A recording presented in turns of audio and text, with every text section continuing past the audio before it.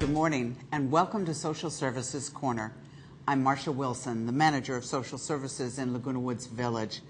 Our topic today is something I think it's good news for you at home or your neighbors. It's all about sleep disorders. We're having an educational workshop on this important topic next Wednesday, May 5th, and our guest today is Dr. Abdulla. She's a dentist, and welcome to the program. Hi, Marcia. I'm glad you're here. Thank you. Dr. Abdulla, you'll be talking about common sleep problems that many people face. Let's talk about snoring. We were just doing that before the cameras began. If someone's spouse snores so loud that the other one must go to another room to get sleep, is this just an inconvenience, or could there be a greater problem associated with loud snoring?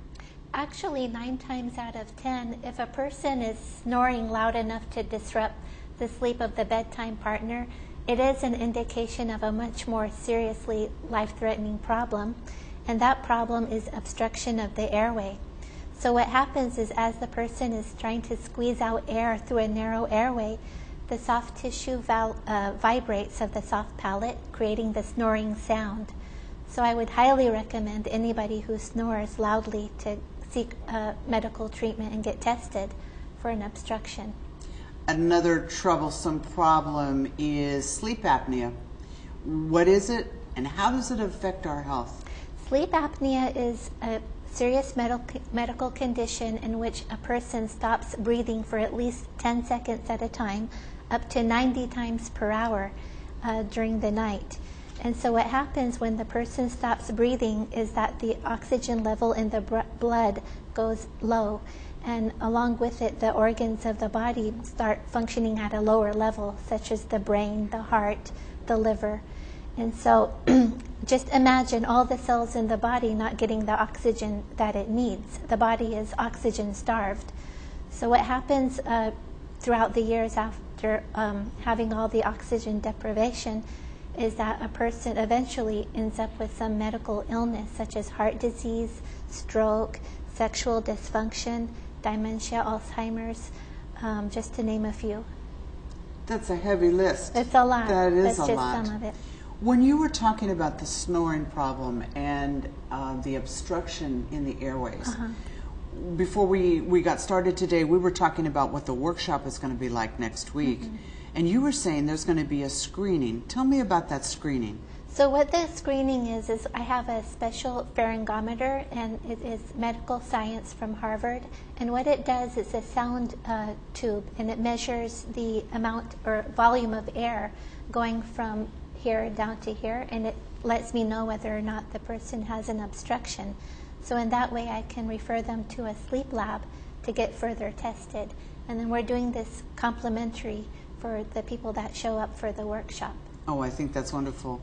A sleep lab is quite an experience. You spend the night. They have all kinds of wires on your head, your chest, your arms, your legs, and you try and sleep naturally. And they are they're monitoring everything about your sleep, the oxygen level, how many times you stop breathing, and they're videotaping you too. It's quite an operation.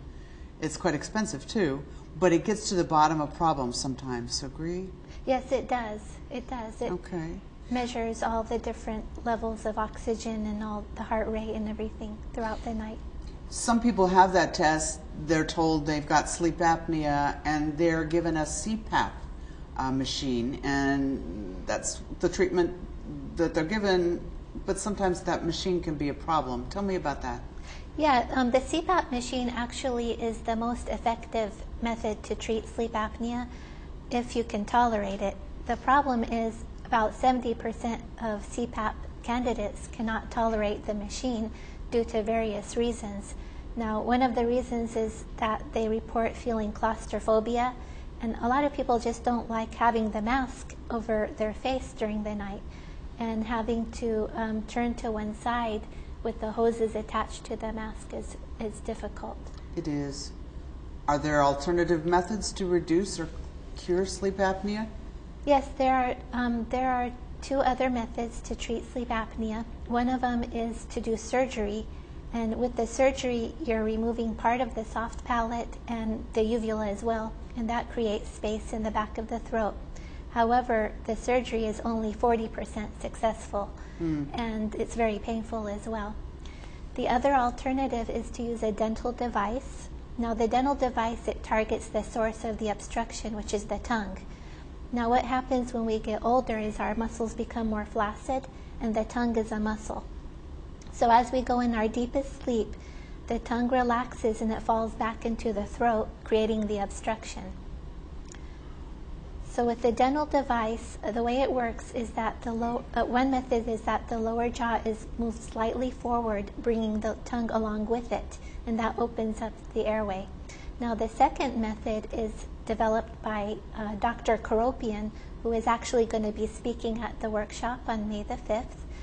And that device uses a tongue depressor to depress the tongue and thereby opening up the airway. The good news about these devices is that not only are they highly effective, they are both approved by the FDA to treat sleep apnea. So there are many more ways to treat sleep problems than just one machine with looks like a gas mask. Exactly. You've got options. This sounds good. Yes. Okay, you talked about Dr. Karopian is going to be there. You're going to be there. Patty Mirabello from the Sleep Group Solutions is going to be there. Right.